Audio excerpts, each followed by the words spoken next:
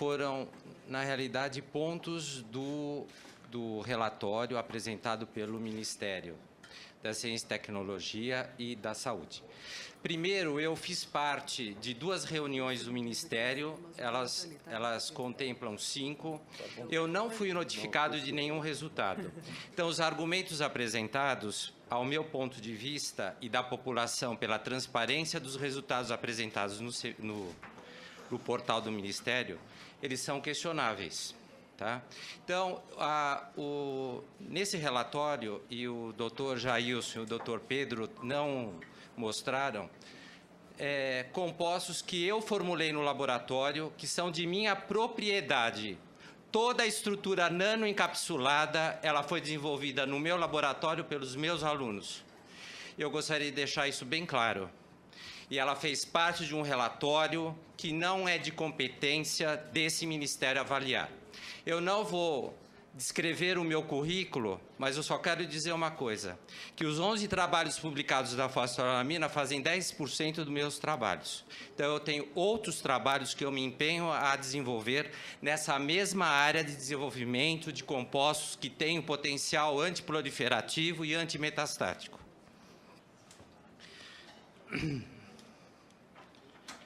Eu vou passar rápido essas informações, porque esse material também foi disponibilizado pela deputada Leandre à Anvisa, e eles sabiam dessas informações. Se os pesquisadores, como bem dito, pesquisadores notórios, saber e vasto conhecimento na área requisitada, deveriam também saber da informação que não deveria ser divulgada. Eu não autorizei em nenhum momento estruturas nanoencapsuladas ou nanoformuladas para que fossem testadas. Eu acho que o ponto principal dessa apresentação é dar nome e qualidade ao trabalho de quem foi executado.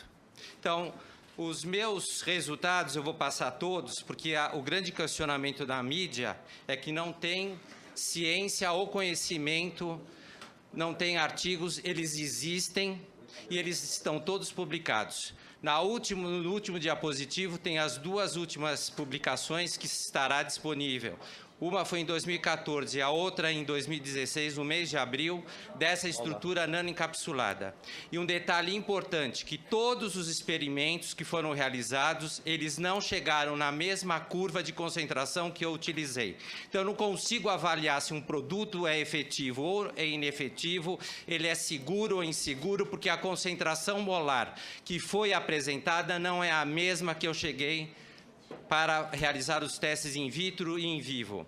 Além do mais, a justificativa colocada no relatório são variações do pH. Se eu fosse requisitado, eu passaria essas informações. Como eu não fui, a minha presença nesse GT do Ministério foi simplesmente ilustrativa. E eu, quando entreguei o relatório dos pareceres do questionamento, eu me retirei e coloco em público que eu não faço parte mais desse grupo e não pretendo fazer. Então, olha, a fosforolamina, ela não apareceu acaso na natureza. Existe um mapa que todos os indivíduos que fazem a área de saúde têm na bioquímica, aonde os componentes lipídicos são estudados e ela faz parte do metabolismo, porque elas são estruturas que integram membranas celulares, membranas de organelas citoplasmáticas, estão envolvidas com vários processos de sinalização celular. Então, está aqui só para a gente exemplificar, eu não quero me estender no tempo, mas eu gostaria que os resultados estão aqui, olha, eles se diferem porque elas são estruturas apolares, eles têm outros mecanismos de ação do que os quimioterápicos. eu não sou médico, eu não prescrevo, eu estudo no laboratório e aquilo que eu obtenho eu publico. Então, as informações que estão publicadas, elas estão nas faixas de concentrações que eu utilizei e nos mecanismos envolvidos na indução de apoptose e na capacidade de inibir a proliferação celular. Nada mais, nada menos do que um trabalho que tem a sua veracidade. Eu entrei no grupo da fosforolamina para estudar mecanismos e não para fazer propagação de conhecimentos que não tinham base científica. O composto chegou no laboratório por um outro aluno do professor Gilberto, nós testamos, como também testo todos os outros compostos que eu trabalho, quer ele quimioterápicos convencionais, com novas formulações ou apresentações, como também proteínas, imunobiológicos, que eu também faço parte de uma instituição pública que tem essa meta e essa função. Então, eu só vou passar para vocês uma coisa importante, que esses fosfolipídios já existem na literatura, eles foram inicialmente sintetizados por volta de 1912, na Alemanha. O grupo de pesquisadores que sintetizaram, eles migraram para a Universidade da Barcelona, em Barcelona, na Espanha, e lá até hoje sintetizam essas moléculas. Então, é só para ver os mecanismos, eu vou passar rápido, mas a literatura, como o próprio Ministério não teve interesse em reunir informações da literatura, existem trabalhos científicos publicados e livros que fazem parte do conhecimento dos mecanismos de fosfolipídios antitumorais. Então, olha, aqui estão as concentrações desses lipídios, não só em células de eucariotos como os de procariotos, eles existem naturalmente em organismos mais evoluídos ou em células, e ela, fosfetalamina, tem uma distribuição particular para qualquer tipo de célula. Está aqui, olha, desde o Instituto Max Planck na Alemanha até na Universidade, do Departamento de Química Orgânica da Universidade de Salamanca, na Espanha, o que eles fazem. Aqui estão todos os fosfolipídios que já são testados desde 1903 até 1912, em várias fases do desenvolvimento pré-clínico e clínico. Aqui estão os trabalhos. Eu resolvi trazer novamente a apresentação para mostrar que todas as concentrações que eu testei estão na ordem de milimolar e não micromolar, como foram testadas. Eu caracterizei esses lipossomas a partir de uma estrutura que foi cristalizada. Ela é a fosforolamina, ela não é uma mistura de sais ou de contaminantes ou de outros compostos. Está aqui a estrutura, o tamanho, aqui está a microscopia mostrando o tamanho da molécula produzida. Aqui está a carga elétrica dessa molécula e também a estabilidade. Aqui está a eficiência de encapsulação. Aqui está o mecanismo envolvido e na parte superior, à direita, o revestimento dessa molécula na célula tumoral e a formação de bolhas na superfície da célula, que é o indicativo de apoptose. Eu sei que o mecanismo de ação não foi interesse do Ministério, mas ele existe. Ele não foi inventado, não foi uma apresentação circense. Aqui estão os lipossomas e as distribuições internas dessas estruturas dentro das células tumorais e a ativação de mecanismos de morte celular. Aqui, mais uma vez, a entrada dessas estruturas, tanto lipossomais como a fosforolamina em solução. Eu trabalho com composto em solução. Aqui está em células leucêmicas e o trabalho em tumores acíticos foram avaliados, mostrando mais uma vez a alteração do perfil de inibição do crescimento, do volume tumoral e da ativação mitocondrial. Eu nunca falei em cura. Se vocês pegarem todas as minhas reportagens ou a minha fala, eu nunca falei em cura. Eu falo em mecanismos que possam ser modulados e que tenham uma concentração, uma posologia adequada.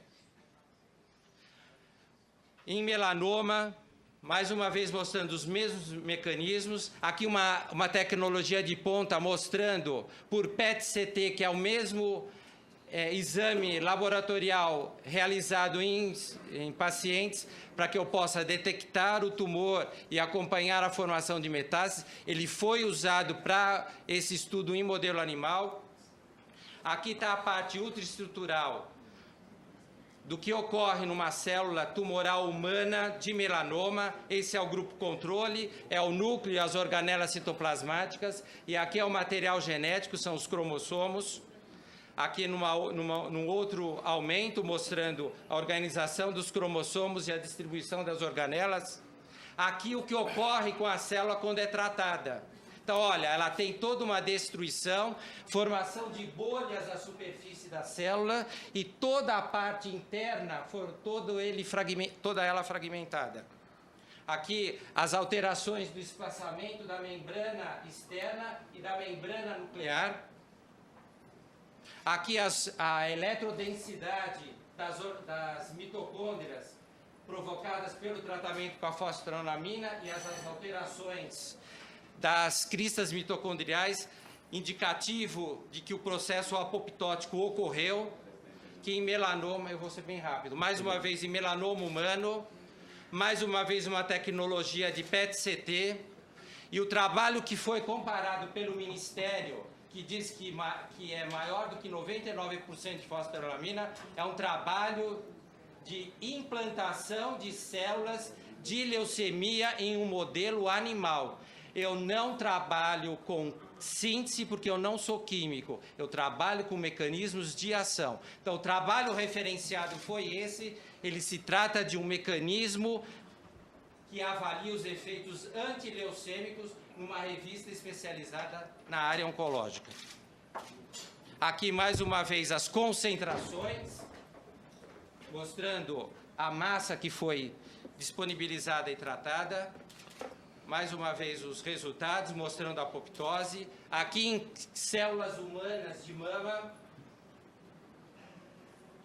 Aqui, os mesmos mecanismos da apoptose, da fragmentação nuclear e ativação mitocondrial.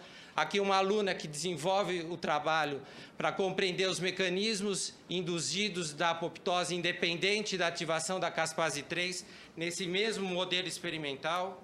Aqui está a indução de senescência, que é a capacidade de inibir a proliferação. Aqui, mais uma vez, a distribuição dos lisossomas. Aqui, das mitocôndrias. Aqui, no modelo em 3D, mostrando a distribuição das mitocôndrias num tumor, numa cultura que mimetiza um crescimento da massa tumoral in vitro. Aqui, em carcinoma de células renais, mostrando a apoptose. Aqui, olha, 90 milimolar. Aqui, ultraestrutura em microscopia de varredura dessas mesmas células. Aqui, no modelo de redução, quando essas células foram implantadas no animal. Aqui, uma droga de referência, que o sunitinib, ela reduz, e a FOS em 2 concentrações também reduz. 40 miligramas por quilo. Aqui, comparando o paclitaxel em tumores de mama, mostrando que a pré-sensibilização da fosfetanolamina com a adição posterior do paclitaxel reduz praticamente em 90% da morte celular. Aqui em carcinoma de cavidade oral, dessa minha aluna, a Larissa, mostrando os mesmos efeitos, até superiores à cisplatina. Aqui, a modificação do citoesqueleto dessas células. E aqui o processo de autofagia, que é um tipo particular de morte do tipo apoptótico nessas mesmas células. 40 milimolar e 60 milimolar. Nós fizemos a avaliação da toxicidade com as normas internacionais. Ao invés de nós só nos centrarmos no estudo do micronúcleo, nós avaliamos também a distribuição e o compartimento de maturação intramedular, comparado ao paclitaxel. Fizemos todas as avaliações comportamentais e neuromotoras, a mortalidade, o consumo e ingesta de alimento e água, o perfil bioquímico, tanto nos machos como nas fêmeas. Avaliamos uma concentração que induziu a morte do animal, que é superior a 100 miligramas por quilo. Da mesma forma que avaliamos o peso e as conclusões, sem efeitos colaterais sistêmicos e não ocorre inibição e maturação das células hematopoéticas, que são precursoras da formação do tecido sanguíneo na medula óssea. Então, os dois trabalhos que levam à formulação que eu fiz no laboratório já estão publicadas e elas são de minha autoria. Obrigado. Muito obrigado, doutor.